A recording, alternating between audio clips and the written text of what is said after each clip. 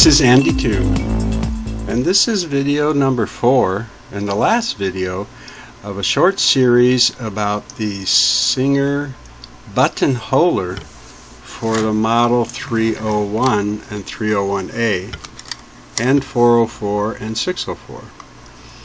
And it's a little bit of a misnomer to continue calling this all about this buttonholer, because we've pretty much covered everything about it. And the parts of it, and you saw my crude buttonholes I was able to sew with it. But in the beginning of the series I had shown these other buttonholers that I happen to have in my possession. And again, it's not all the buttonholers that Singer made, but I thought I would go over them a little bit in case you happen to have one, or you have a machine different than the 301, but you happen to land on this series trying to find information. So this was the model number 160743, and it's the slant model, and it's in the red or maroon treasure chest. Right? Okay. So the year before this, Singer actually came out with the green treasure chest model, and it has a earlier part number 160506, and it did come out in 1951. So that's what I'm going to talk about first. So I'm just going to make a little bit of room here and move some of these other ones out of the way here, and we'll talk about the green treasure chest. So where the maroon or red one was made for the Slant-needle machines, the year before that they made this green treasure chest one that was for straight needle, or also called low shank machines. And I mean, if you look at it here, you look at the boxes, right? Just different colors. Compare the feed covers. They're the same. They're interchangeable. They don't really have a part number on them. And the green also came with the same templates that I described on the slant model. And the extra templates that I talked about could also, of course, be used on the green model, because it came out first. And like the red slant model, this green straight model was made for straight stitch machines that were not capable of sewing a zigzag stitch. And just like the slant model, this one will move the fabric back and forth by moving the cloth clamp. And let's go ahead and open this one up so we can take a look inside. It opens the same way as the slant. You take off the adjustment knob and you remove the one Phillips head screw, and you lift off the cover, and it's the exact same cover, same adjusting knob, same screw, same cover. They are interchangeable. You got the same scale for the bite or the width. And look at here, it's the same mechanical build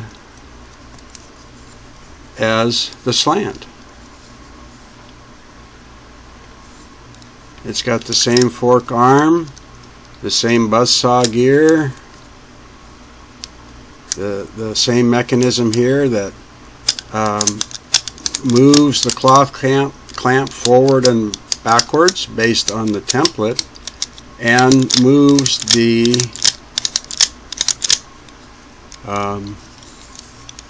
cloth clamp back and forth to cut the zigzag. And it has the part number right here on the back, 160506, complete, made in the USA. You open up the cover the same, the templates come in and out the same way, and again, same size templates, and they're interchangeable with the slant. So really, what's different about these two models is what I call the shank. This one is straight,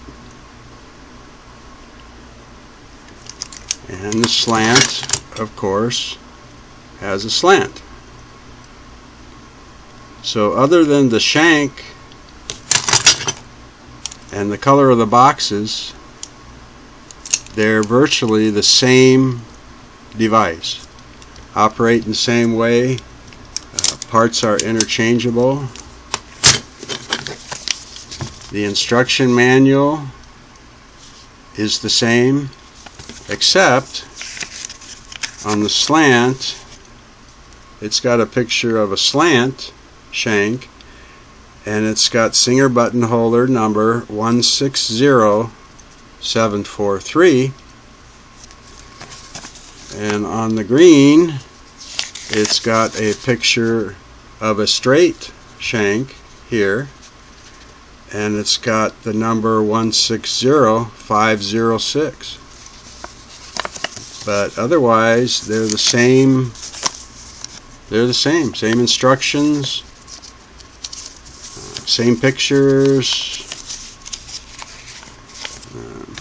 You see the part listing in the back.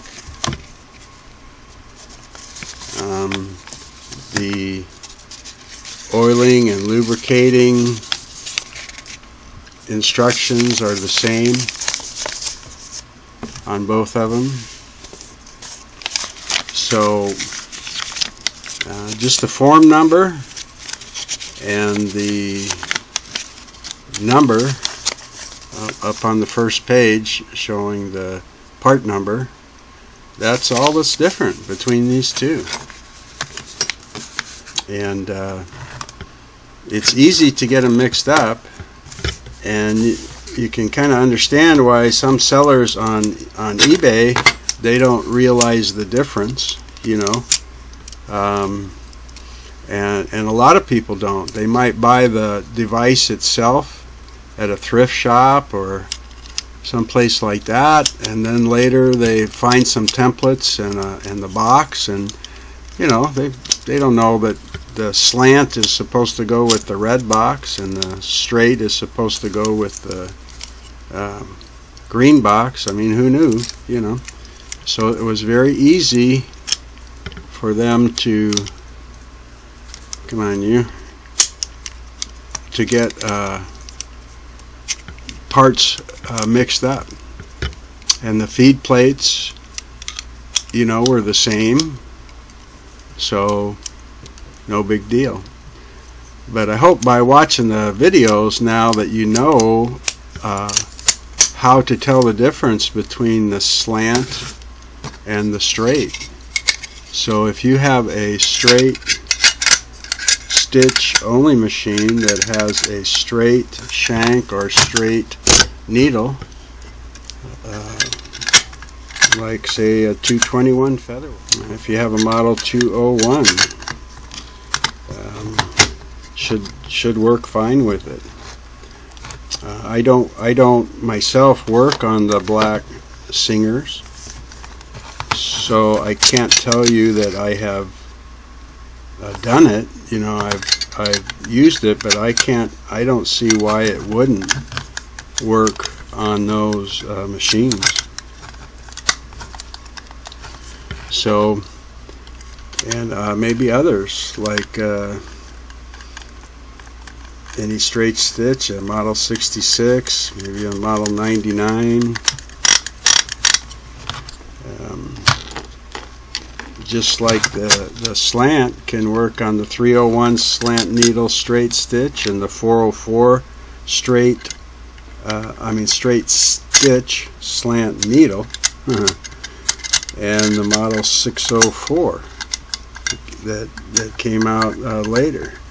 When they did the 500s, they didn't make a straight stitch. They just did the 500 Rocketeer, and the 503 was zigzag Rocketeer and a pattern selector. So that what the model 160506 from 1951 is: straight stitch, low shank or straight needle. And the model 160743 1952 is straight stitch, slant shank or slant needle machine. And let me pack this away a little bit here.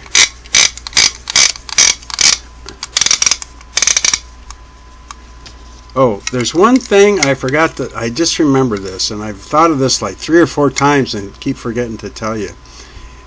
In the instruction manual, they talk about when you want to remove or replace a template, that you turn the adjustment knob so that the cloth clamp is all the way forward, and you have it at that position. Is supposed to make it easier to take out the template and put a new one in. And I think that's because what I call a little template gear is right up at the top. I think that's why they suggest that. And then if it doesn't drop right in, they say just move the knob a little bit and it should go. So I'm glad I got that off my chest, because I keep remembering that when I'm not filming. Okay, that takes care of the treasure chest buttonholers. Right? Now, next I want to talk about the ones in the oval boxes, which came to be known as the Jetson models. And guess what? One is green, they call jade green. Some people call it turquoise. Singer called it jade green. And one is in the pink. And just carrying on the theme of green being straight shank, straight needle, and red or maroon being slant, these are the same. The one in the jade green is for a straight shank sewing machine, and the one in the pink is for a slant needle sewing machines. So let me arrange a little bit and we'll open these up and we'll talk about those. Okay, so let's take a look at these kind of like the next generation of the Singer Buttonholers. These were made about 1960, and as I said, keeping with the theme, the jade green is for a straight needle, straight shank, also called low shank, and the pink was for slant needle. Now, since we ended up with the green treasure chest, let's go ahead and start with this green, what came to be known as the Jetson models, after the Jetson cartoon TV show from about the same era. And You can already see that they look very similar, just like the treasure chest models. Let me get this other manual out here. And the manuals, right, they look very much the same. Let's take a look at the one for the green. And we see on there the Buttonholer number 489500 or 489510. So copyright 1960. So this instruction manual was made for both machines. So they saved a little money. Instead of printing two separate ones, each with their own part number, they just printed one manual and put both the part or model numbers in there. And it's going to look real familiar to you if you've seen the instruction manual for the treasure chest. Pictures of it with descriptions of all the parts and their functions. Description of the templates. Advice to make a test strip. Make a buttonhole from each template so you can easily test your button against it to see the size you need. How to push it open in the back, install or change the template. How put on the feed cover, and so forth. I mean, just pretty much the same as the other. They did clarify a few things, like the starting point when you mark your buttonhole. They have a better diagram of you know, where to line up your needle before you drop the cloth clamp, and a little bit better diagrams and descriptions of some things. And I'm sure back here in the back, oh, they did have some nice suggestions about thread and pressure and cutting the buttonhole, like where I cut the buttonhole open from one end to the other. They talk about using a scissor and kind of starting at the end and cutting to the middle, starting at each end and cutting towards the middle, which is a good idea because you won't cut through the top of the buttonhole like I did. And then how and where to lubricate it and with what. And I notice in these a lot of the lubrication points changed from the motor lubricant to oil. So they start oiling a lot more points, which is why I oiled them in the earlier model. But let's take a look at one of these, and gee, doesn't it look familiar, except it's got a different cover now. Instead of metal, it's a little more futuristic looking. But look, it's got a adjustment knob to adjust the position of the cloth clamp. It's got a single Phillips screw to keep the cover on. It's got a bite width indicator and a better lever and an easier adjustment than the earlier model. A little bit better handle here for your thumb or finger. But it has the fork arm, the same cloth clamp, opens the same way, and guess what? It uses all the same metal templates, all 10 of them. And again, it came with 5. You see they moved the holding places to the side.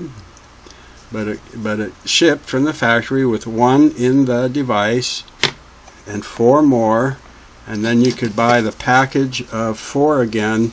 They updated the cover a little bit, made it look a little more modern. And look at this feed cover. Doesn't it look familiar? It's the same one as on the treasure chest models. Still doesn't have any particular part number, which is kind of unusual for Singer. It's like they put a part number on everything almost. And they moved the slotted clamping screw from a little hole in the front to a little hole in the back. But it's the same slotted clamping screw because the machines had the same threading in their presser bars as earlier sewing machines. So these parts are interchangeable with the treasure chest models. The clamping screw, the feed cover is the same, can be used on any of these 4 models. All the templates were the same. Get a little more light on here.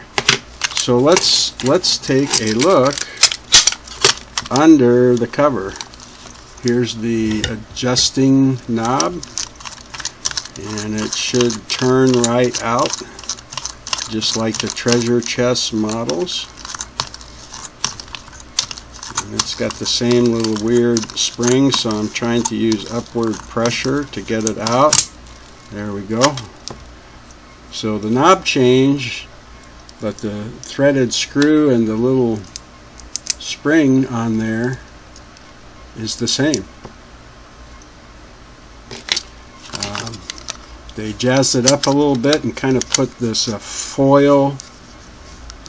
textured foil cover on it, which has a tendency for the old glue to get loose and kind of buckle up like this. And just so you know, well, maybe you saw, I think it's a 6-part series on this I did. It's on my playlist page about how to clean and lube one of these, but you can heat this up with a hair dryer and put it back down and it stays pretty darn good. But let's open or take off the cover here. We'll remove the Phillips screw, which isn't chrome anymore, but it's still the same, and we'll lift the cover off. I'll show you a picture of that. And it's, like I said, it's plastic now instead of steel.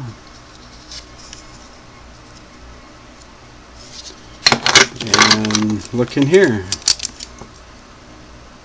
Boy, really looks familiar, doesn't it? The forked arm.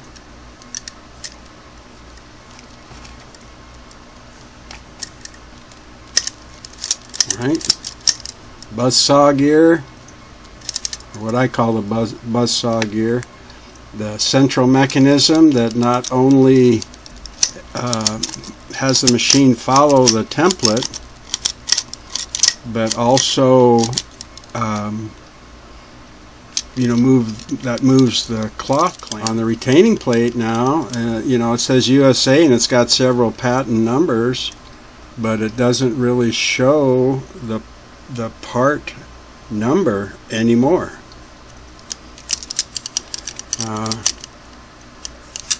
The bite adjustment is still the notched arm there, and it's still unlocks by pushing down and sliding it back and forth. Basically the same mechanisms here.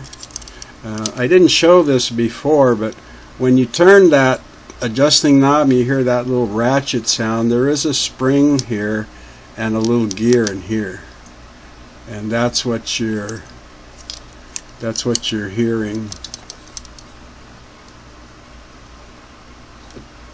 on the ratchet sound. Now we know this again. We know this is for the straight stitch machines, because the shank here is straight, not slanted. And if we take a little measure, and we measure from what would be the bottom of the cloth clamp, or the top of the needle plate up to the bottom of the hole, it's a 1/2 inch. And on the slanted, I'll show you it's 3/4 of an inch. Now, they also decided to help us out by stamping in the top of the shank piece right here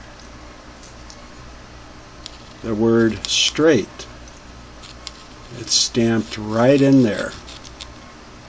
So instead of having a model number here, they put straight here.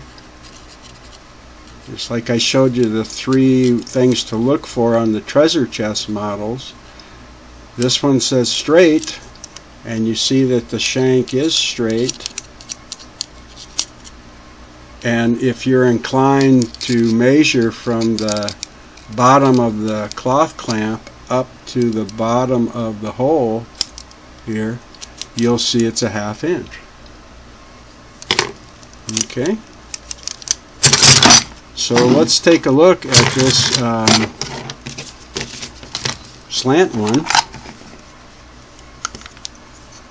I'm not going to take the cover off, but inside it's the same. It's got patent numbers on the retaining cover. It uses the same metal clamps. It's got the new style of bite control that's easier to use. The same bling here, this kind of a foil sticker, textured foil sticker. This one is on pretty good. Usually I find this was in a controlled environment, and the ones that are puckered were stored in like a storage room or garage or attic or something like that. But up here on this one, stamped in the top of the shank, is the word slant. Right there. So where the other one has straight, this one says slant, and if we look at the shank, it is slanted, right? And if we measured from the top of the needle plate, which is the same as the bottom of the cloth clamp, up to the bottom of the hole for the clamping screw, you'll see you get a measurement of 3/4 of an inch because of the slant needle presser bar system. So that's how you tell, irregardless, if you don't get a Jetson box with it, or even if you get a certain color like the pink one, doesn't necessarily mean that the slant buttonholer is what's inside. So you can look right stamped up here for the word slant, and you can see the slant on the shank here. Very easy to recognize, right? Slant and slant. You can measure if you want, but it's really not required. So these were kind of the 2 that replaced the treasure chest that came out in the early 50s. Like I said, these came out in the early, like 1960 is the copyright on the instruction manual. So I don't know if they came out that year or a year or 2 earlier. They came out, I don't know, I'm saying about 1960, and that should be close enough. And I'll put a link also to my series that I did on cleaning and lubricating this one, this model, the green Jetson. And it will cover all 4 of these models because they're basically the same. You know, showing you how I clean it with crud cutter and check it, and where I put oil and grease on it that I found to be the most effective places.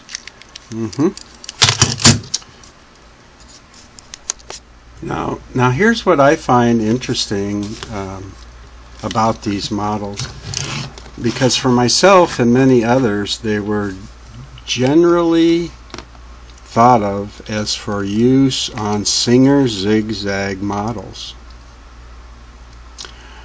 because by 1960 there were a few zigzag models in existence and more on the way. So it was kind of naturally thought,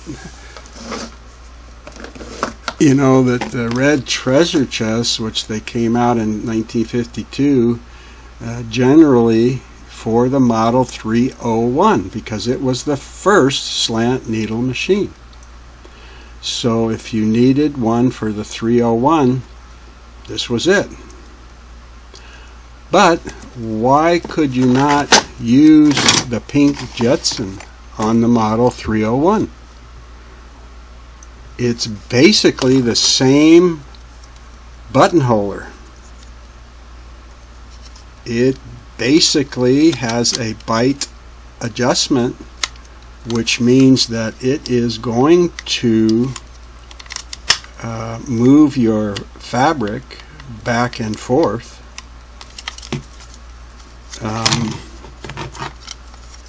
the same way that the red treasure chest does. That's what the bite is for. If you make it wide, it's going to make a wide stitch, and the length is controlled by the little teeth on the template.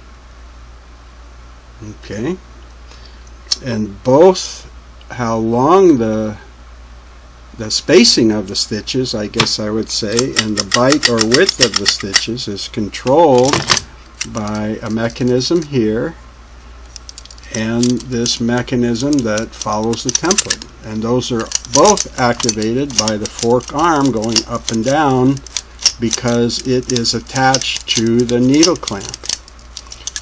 So there's no reason, if you had this, that you could not use it on a Model 301 or 404 or 604. Why not? What's the difference? It's just a newer package, in my opinion. Has a little updated, you know, cover, and a cute Jetson box, and a slightly updated manual with a little more clear pictures and some better descriptions, you know, because it's 8 to 9 years newer, and I'm sure printing techniques and photography techniques and stuff improved in those 9 years. But in my opinion, and I have not done it, I don't sew, but I can do it in the future, I guess, this would work on a 301, a 404, and a 604. But you know what? Why couldn't this work on a zigzag machine? The famous 401 Slant-O-Matic. My favorite zigzag machine, the Model 403. The 500 Rocketeer, or the 503 Rocketeer. I'm wondering why it wouldn't work. It operates the same as the treasure chest does on the 301, or the low shank straight needle one does on the 201 or the Model 99. Why wouldn't it work? It's the same feed cover plate. It's the same mechanism inside. It still has a bite control that you decide how wide the zigzag stitch is. It still has the 9 templates plus the infamous number 10 eyelet that I still wish I had. So I say go for it. The difference is, on the zigzag machine, you can't use the zigzag setting on the machine. Of course.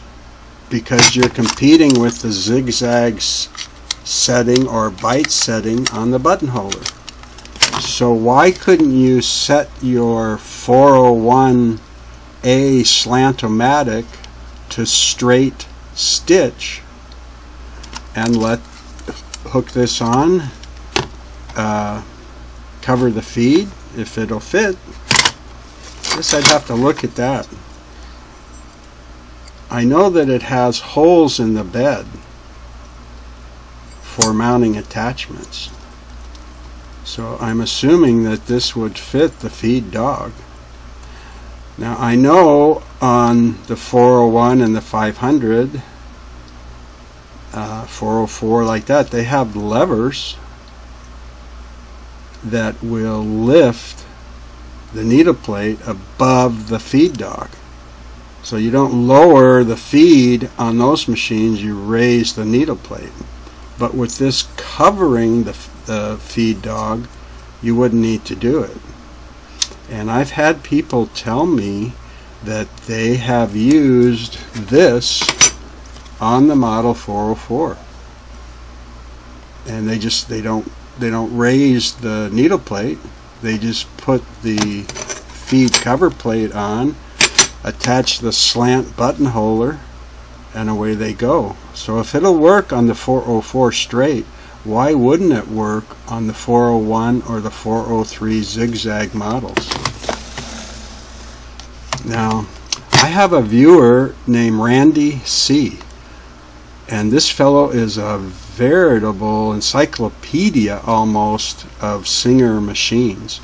And we've had a few emails, and he has a lot of documentation, and he's a collector of machines, I would say, and he's has shared a lot of things with me about machines. So if he happens to catch this, maybe he could voice an opinion and say whether he has tried it or not, what I'm talking about. Using these Jetson models on the zigzag machine by just keeping the machine set to straight stitch. Now in the same,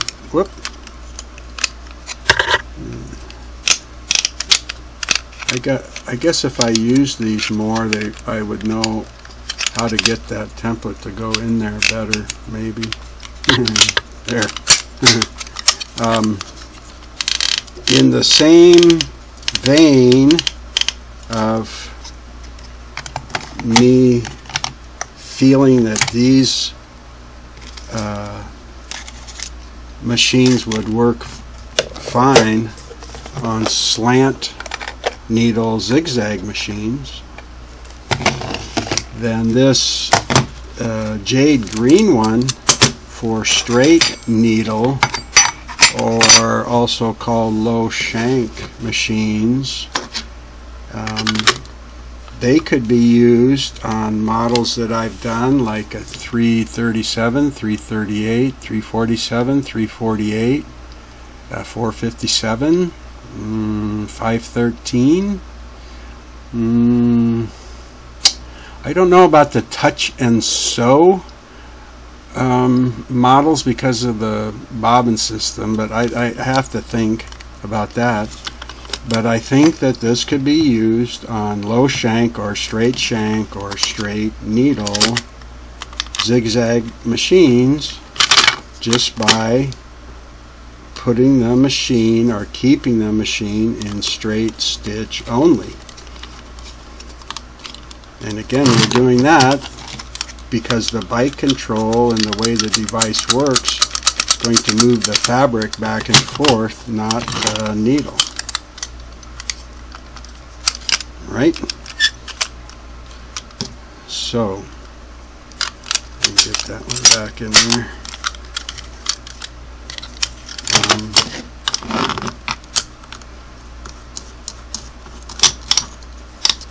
And on the same token, why couldn't you use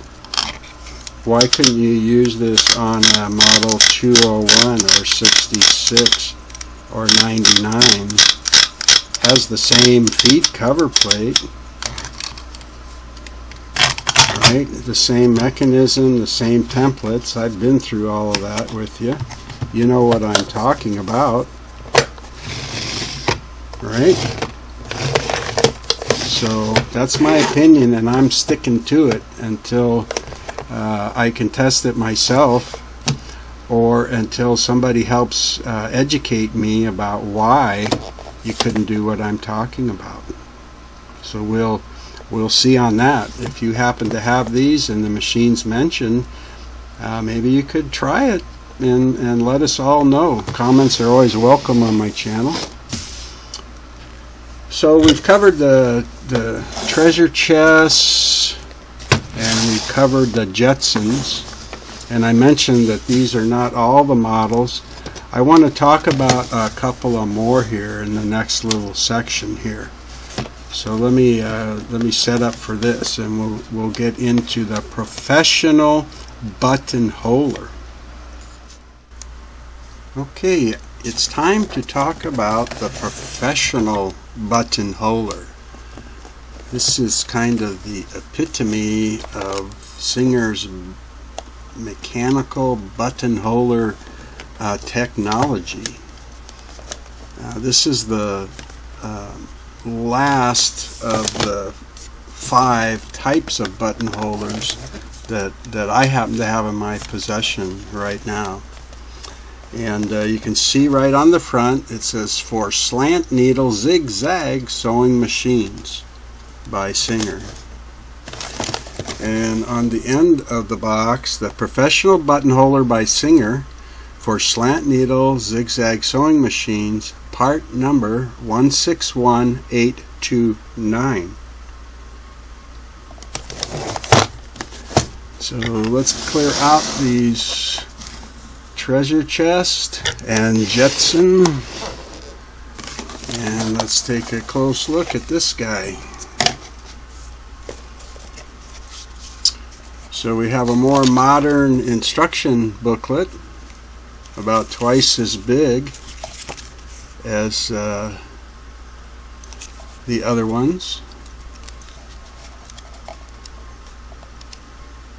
The pictures are still kind of in black and white, or pink and white, black, pink, and white.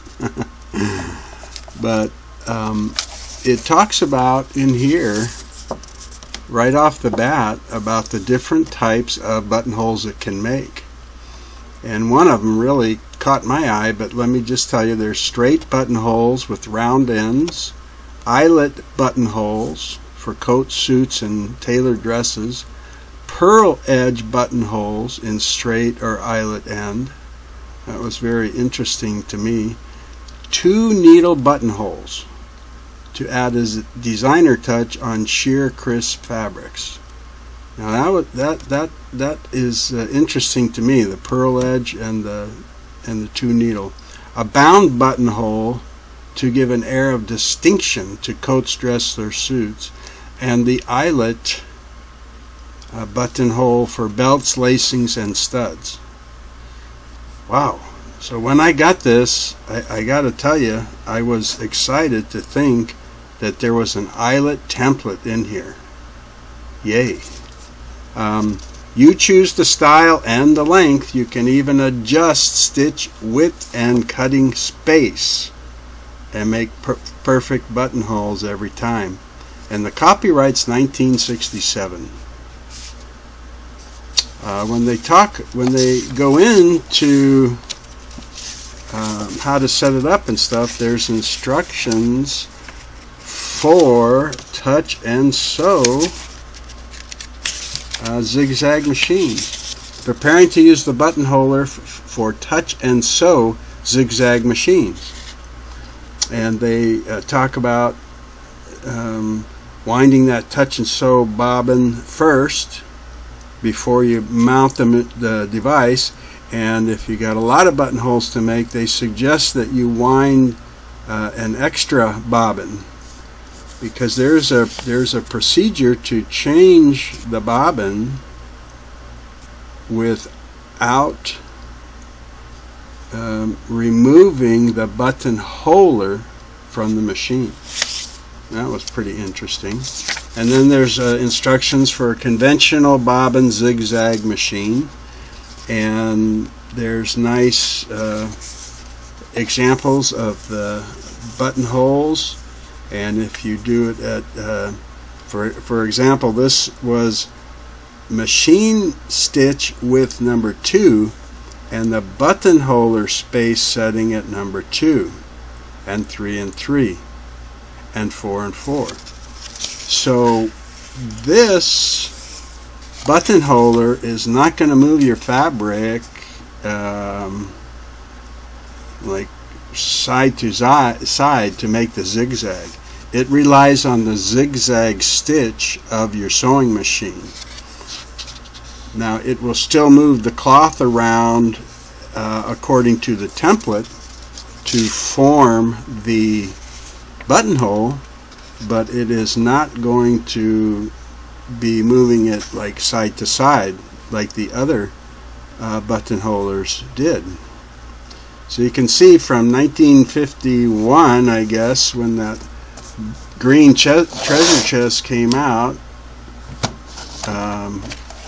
you know, up to 1967, when this professional model came out, a lot of changes, and most machines were zigzag. So anyway, let's look at what's inside here.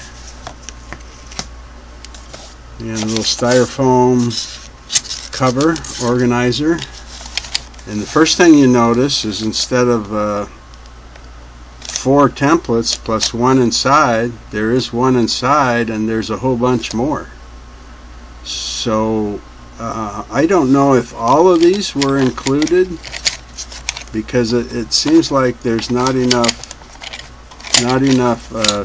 space. It seems like there's an extra. But I know that they came with longer. You can make longer buttonholes. I think it said inside is a 1.5 inch instead of a 1 1/16. There's a 1 8/16. And here is what before was called the slotted clamping screw, and now they just call this the buttonholer screw. It's not as heavy duty as the clamping screw of the earlier models, but it's still a very sturdy thumb screw. It's got double knurled edges there, and it still is slotted if you want to tighten it with a screwdriver. And that's got a little storage space down here in this bottom piece of styrofoam. Styrofoam, this is a harder type of styrofoam, and I guess it holds up pretty good. I was wishing it was something else, but that was probably all the rage in 1967. And let's take a look at the device. And one of the 2 feed covers, and I'll explain that later. But a lot of it looks familiar. Here's our fork arm. Here's our cloth clamp, and the little stripper foot, what I call the finger there. Looks kind of familiar. Here's the knob on top. This is a little bit different. And instead of the normal bike controls that we saw in the other, we have some other controls over here. We can see the shank here is slanted, and it says right on there for Slant-needle. I don't know if they made one for straight needle. I don't know. Except they don't call this the shank, which I just kind of have always called it the shank here. But in this, they actually gave it a name, and they call it the wrap around bracket. The wrap around bracket. And I guess because it it wraps around the presser bar, so they call it the wraparound bracket. So now there's an official name, and I don't see the word slant anyplace on it because the whole model and the whole box said it is for slant. But we could still measure from the top of the needle plate up to the bottom of the hole and get our 3/4 inch. Let's see if there's anything now on the bottom of this, but there is a number 102576. And that's the tricky thing with Singer. Sometimes a part number like this is for the whole set here, the box, the feed cover, all the templates, the device, and so forth. You know, you saw that, you can see that like when I did the all the presser feet that came with the 301. You know, it's in a little green box with a part number, but each foot had its own part number. So I honestly don't know what the 102576, if that's for just this part of the whole kit. But anyway, going along here, I mentioned, look, there's no retainer plate, there's no place to put a template because thank goodness they put it up on the top.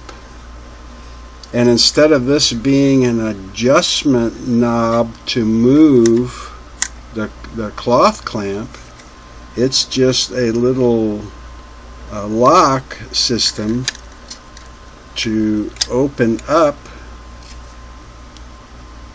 the cover and the retainer. And you see it's just got a little steel bar there that locks by turning it underneath the tab up here.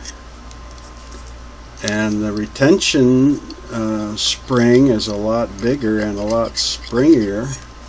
So how nice, push it down, turn to the right to keep it close. How nice to have that on the machine.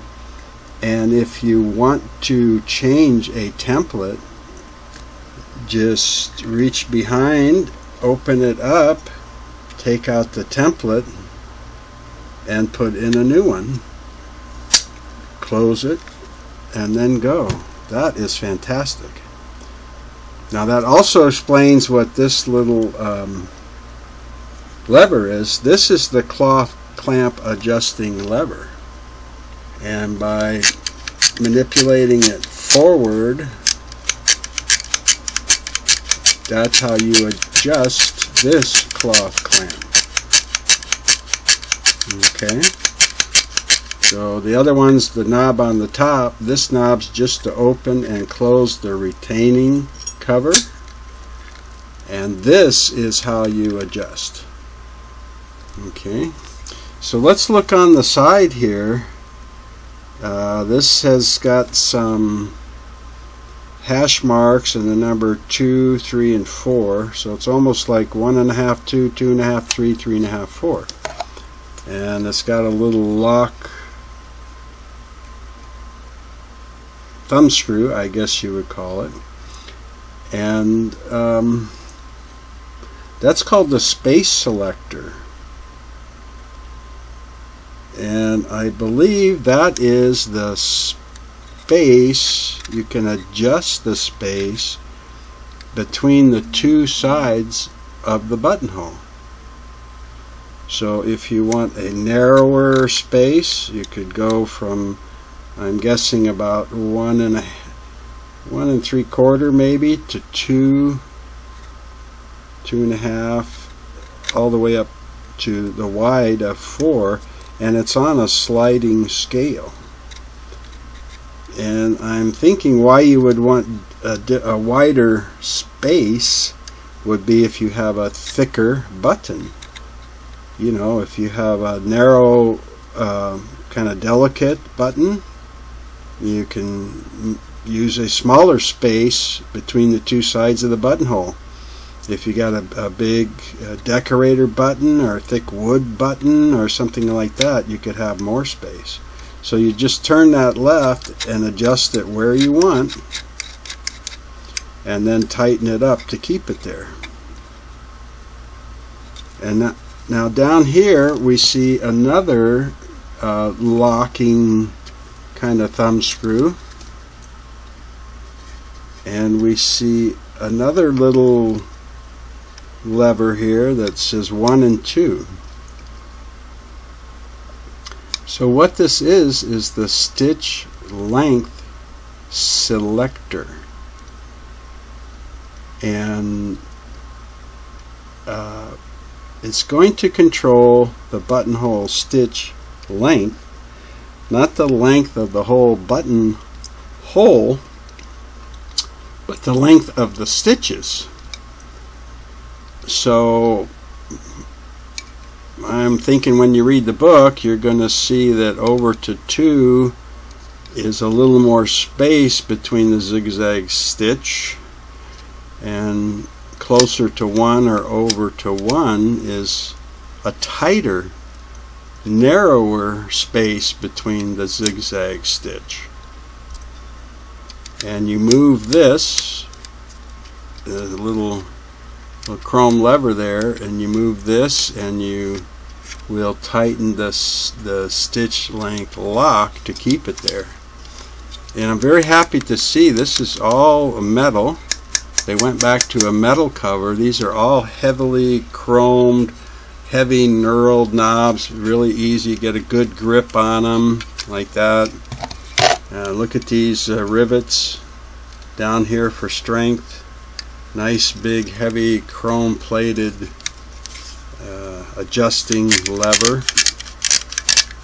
I like it. It's kind of still good quality there. You can see some of the parts in here, but you know, I mentioned, where is that? I mentioned there. Wow, when I bought this, I just bought it because I was at a place and saw it for sale, and I said, oh, okay, a professional buttonholer for slant needle. Yeah, I work on slant needles.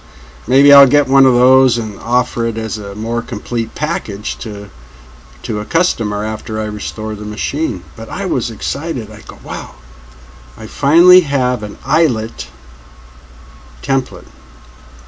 But then I started looking at this template, and so I got out one of the metal templates to compare, and oops, look at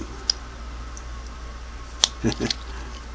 These new plastic templates are bruisers, aren't they? Look, they're like 25% bigger. So I got an eyelet template, and that's cool, and I can use it on a slant needle machine, which is also cool because that's mostly. And you know, I don't sew anyway, so I don't know what the big deal is, but I just thought it was a great idea, and I wanted one. So anyway, the instructions are very similar. What they talk about when you're gonna change this, they say you should always have a template in here, and whether it's on the machine or not, they say always keep a template in here. And they say you should not change the template like I do when it's off the machine, that you should only change it when it's on the machine. And that is easier to do now that you don't have to take the buttonholer off the machine. You can just open that cover and do it. And they talk about jogging this lever, you know. Of course, I guess it's not going to jog much. Jogging the lever until this is out, all the way, and then open it, and then you can pull out the template. This is 1 3/8, pretty big buttonhole, and then you can put in your new template, and oh, that went in pretty good. I'll put in the little eyelet template, and then you can close it, and you get to. I wonder how much this cloth clamp moves around with just the eyelet template. Ah, look at that. Just goes around in a little like 1/4 inch circle. I don't even know if you can tell it's moving. That's funny.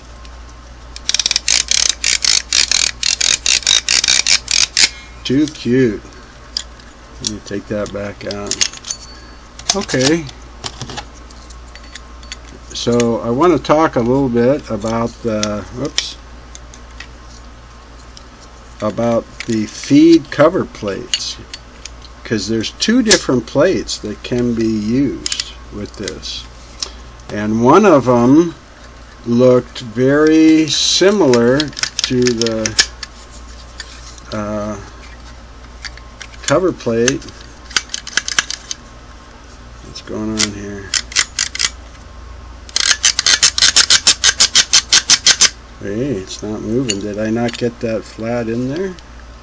Oh, I did get that flat. Oh, there we go. Okay. It was kind of stuck on the eyelet pattern. There we go. One of the plates, and they describe it in the manual here. Yeah, the instruction. You can see it. Looks a lot like the cover plate in the other 4 buttonholers, but I don't have it to show for sure, but it looks a little bit different. It looks a little more narrow, and the bar that the tab that goes over for the mounting screw looks shorter, and it's not slotted. It just kind of like has one position. So it looks a little bit different, and I don't know if when you bought this at the store, you know, they said, what is your sewing machine model? So they gave you a plate like this. If it was a more like conventional zigzag sewing machine slant, or they gave you this one, which is obviously for clamping, like on the 401, the 403, the 500, 503, the 600 models, where you have the lever in the front that raises and lowers the needle plate, and you can see the places right there that this would clamp in. And it talks about in here how you remove the existing do you remove it or put this one on top? I can't remember now. If you add this, I think you remove the existing needle plate and you put this one in its place. And even then, this allowed you, if you had to change the bobbin, to open the slide plate and get under there enough to change the bobbin without removing the whole device. And this does have a part number on it. I should have had my reading glasses on. 161325. 161325. And I'm curious what the part number is for the other type of clamping plate. They show it a general purpose feed cover plate, and this one was called the Touch and Sew feed cover plate. So this would probably even work on some of the 700 model Touch and Sews, all the way down to the 401 Slant-O-Matic. But this does look different. So if anybody happens to have one and there's a part number on the bottom, maybe you could put that in the comments so we would all know that.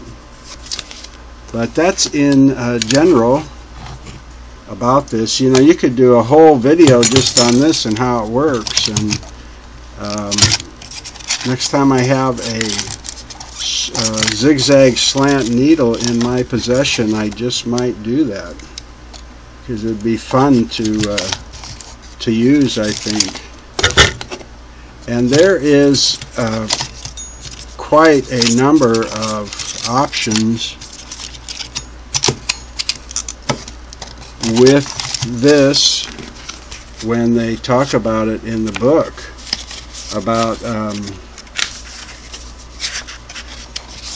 different fabrics, different styles. They talk about the 2-needle buttonhole and the pearl edge, which looks interesting to me. And they talk about step by step how to do it. You know, what they are and how to set up your machine. And sometimes they recommend thread size and needle size in here, depending on what you're doing. They talk about the bound buttonholes, which looks like quite a process. It looks like quite a bit of sewing and cutting and folding back and folding the fabric and stuff like that. So, but and then there is instructions how to open it and how to oil it. And you know what? I didn't open that. Let's open that, because there's no screw up here, but it's right here right now. It's right on the edge here. And it is not a Phillips, it's a slotted. I forgot to open that. So some of the parts are going to look very similar. I know, I can just tell, because you got your fork arm. I bet there's a Buzzsaw Gear in there, what I call the old Buzzsaw Gear. Okay, so this whole thing comes off now. You can see the hinge back there. That's what the riveting is for. Kind of a two-piece cover. Let me take the... Boy, look how much they streamline this, because they the claw clamp is not going to be zigzagging back and forth. So here's the fork arm, and look, oh, my little buzzsaw gear is gone. You can look how quiet that is, and that's operating a gear system down here now. Yeah, see how quiet that is? You see that gearing system down there? Yeah. Oh, so that is what turns the template gear, is all that's going to be doing. No more making the zigzag. And this is very simple, this slide for the width, and then here is the other. Oh, I see. That just puts this like the feed controller on a sewing machine. It just puts it how far. Okay, lock that. like that. Wow, they really made this a lot simpler. A lot less moving parts. And I'm happy to see they're all nice steel parts still. Okay. Let's get this guy back together here. Now, while I'm reassembling this, I will tell you that there is another professional buttonholer besides this one. I don't have it. I've never had one in my possession, but I have seen pictures of them. And I snuck some pictures off the internet, and I'll put some slides here at the end of this video. And boy, these covers always give me a hard time.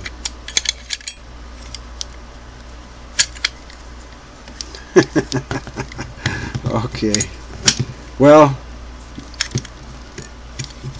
I guess you don't have to watch me do that. I'll figure that out. But I wanted to say there is another professional buttonholer, and the box looks different than this, and the buttonholer looks different too. It's more angular, and it doesn't have a knob here. It just has kind of like a straight plastic lever. And I did sneak some pictures off the internet to show you that. I don't know the model number. I'm sorry, I don't know what that model number is on that, and I can only show you some pictures. But someday I'll have one, and maybe I can do something comparing the two professionals someday like that. And there's also one that came out before this one in 1950, and the first copyright in the manual is 1939, and it's a much smaller black unit, and it's got a bunch of kind of like wing nut thumb screws, and I don't believe it used templates. I believed it had marks, and you set these wing nuts and thumb screws for your length and width and so forth.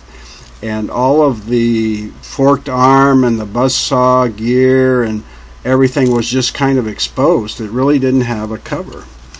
And I also found some pictures of that, and it is a model number 121795. Boy, that's an old part number, isn't it? 121795, 1939. So I believe that was the first buttonholer by Singer, and I have pictures of that I'll put some slides on here too. But I've never had one in my hands, and so I can't show it to you here. But that's about the 5 that I have in my possession. I'll show you pictures of the other. I thank you for tuning in to what was the original correct buttonholer for the Singer Model 301, the red treasure chest. And I believe that the pink Jetson slant needle would also work on the Model 301. And now you know a little bit more about the green ones, and you know a little bit more about the professional and how difficult it is for me to get the cover back on. Maybe if I read the manual, it'll tell me the trick for that. But thanks for tuning in for this 4-part series. I always appreciate your viewing as I try and share knowledge. Love your comments, and come back and see me sometime. Okay? Take care. Alright, now let's read this thing and see what supposed to get the cover back.